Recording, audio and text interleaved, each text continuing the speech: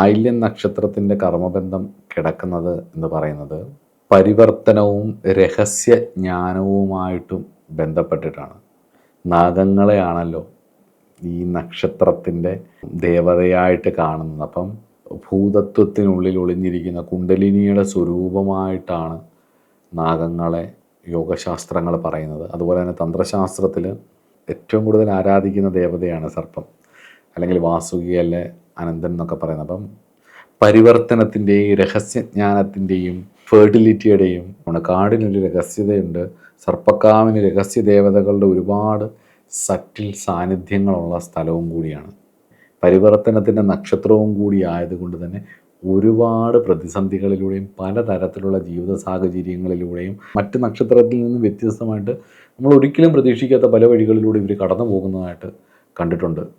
അതുപോലെ തന്നെ ആയില്യം നക്ഷത്രത്തിൻ്റെ ഒരു കർമ്മബന്ധമായിട്ട് പറയുന്നത് പൂർവ്വജന്മത്തിൽ അധികാര ദുർവിനിയോഗം ചെയ്യുകയോ മറ്റുള്ളവരെ വാക്കുകൾ കൊണ്ട് മുറിവേൽപ്പിക്കുകയോ വഞ്ചിക്കുകയോ ഒക്കെ ചെയ്തതിൻ്റെ കർമ്മഫലങ്ങൾ ഈ ജന്മം അനുഭവിക്കേണ്ടി വരും എന്നുള്ളതാണ്. എപ്പോഴെങ്കിലും നല്ല സുഹൃതവും നല്ല സാധകരുമാണെങ്കിൽ ചെറിയ രീതിയിലൊക്കെ തട്ടിമുട്ടിപ്പം, അതല്ലെന്നുണ്ടെങ്കിൽ ജീവിതത്തിൽ നല്ല ട്രോമയ്ക്ക് കാരണമാകുന്ന ഇതുപോലുള്ള അനുഭവങ്ങൾ അധികാര ദുർവിനിയോഗത്തിന് വേണ്ടിയിട്ടോ അല്ലെങ്കിൽ വാക്കുകൾ കൊണ്ട് മുറിവേൽക്കപ്പെടുകയോ വഞ്ചിക്കപ്പെടുകയോ ഒക്കെ ചെയ്യാം.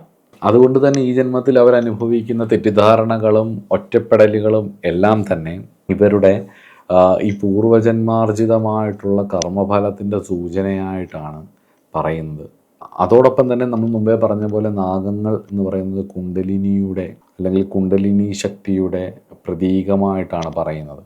അതുകൊണ്ട് തന്നെ ഇതൊരു ആത്മീയ ജ്ഞാനത്തിൻ്റെ പ്രതീകമാണ്. ചില ഫ്രോയിഡിനെ പോലുള്ള ഒരു സർപ്പത്തെ ലിബിഡോ പോലൊക്കെയാണ് പറയുന്നത്. പലരും പല അഭിപ്രായം, സൈക്കോളജിയിൽ പല അഭിപ്രായങ്ങളുണ്ട് ഇതിനെപ്പറ്റി. യുങ് വേറൊരു രീതി പറയുന്നുണ്ട്. ഇവിടെ ആഴത്തിലുള്ള ഒരു ആത്മീയ ജ്ഞാനം നേടിയെടുക്കാനുള്ളൊരു കഴിവ്, ഒരു നിയോഗം ആയില്യം നക്ഷത്രക്കാർക്കുണ്ട് എന്നുള്ളത് ഉറപ്പാണ്.